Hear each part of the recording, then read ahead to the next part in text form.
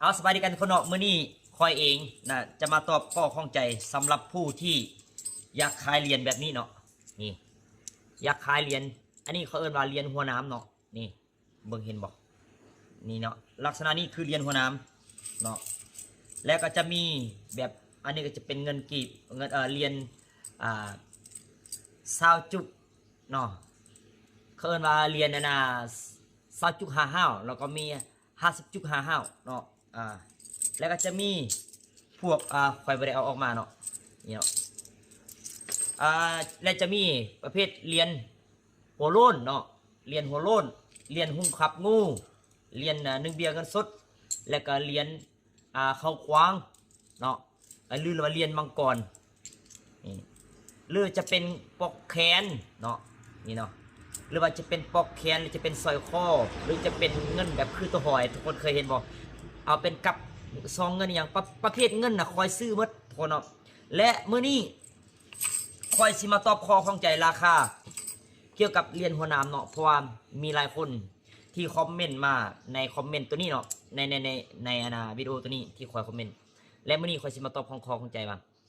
เหรียญหนึ่งที่เขาลิ้นกันเนาะปกติราคาปกติเหรียญตัวนี้ที่เขาลิ้นกันบางคนนี่บ่เข้าใจไปมโนว่าราคาหลายจังซี่สั้นแพงนั่นมันราคาตัวนี้เนี่ยคอยลิ้นเหรียญนี่มาตั้งแต่ปี2010เนาะมาฮอดปัจจุบันนี้เหรียญตัวนี้ก็ยังบ่แพงราคาซ้ำเดิมเนาะเหรียญตัวนี้แม่นราคาขั้นต่ำก็คืออยู่ที่400,000กีบเนาะเท่าที่คอยซื้อนะราคา400,000กีบถึงราคา800,000เนาะที่คอยซื้อในปัจจุบันนี้ราคา400,000ถึง800,000กีบผู้ใดอย่าไปดราม่าอย่าไปโมโนเหรียญตัวนี้มันบ่มีราคาแพงเป็นกลุ่มเหรียญที่มีราคาถูกคอยซื้อมาตั้งแต่ปี2010พุ่นแล้วเท่าตอนนี้ราคายังบ่ขึ้นทุกคนเอ้ยเท่าตอนนี้ราคายังบ่ขึ้นถ้าเหรียญงามๆแบบนี้ให้เบิ่งให้ทุกคนเบิ่งนี่เห็นบ่มีแสงสะท้อนถ้าเหรียญงามๆแบบนี้คอยเคยบอกแล้วคอยซื้อในราคา700,000กีบเนาะอันนี้ยังบ่แม่นเหรียญแซมเนาะยังบ่แม่นเหรียญแซมเหรียญแซมมันจะงามกว่านี้ตัวนี้ให้700,000กีบตัวธรรมดาแบบนี้คอยจะซื้อในราคา500,000 600,000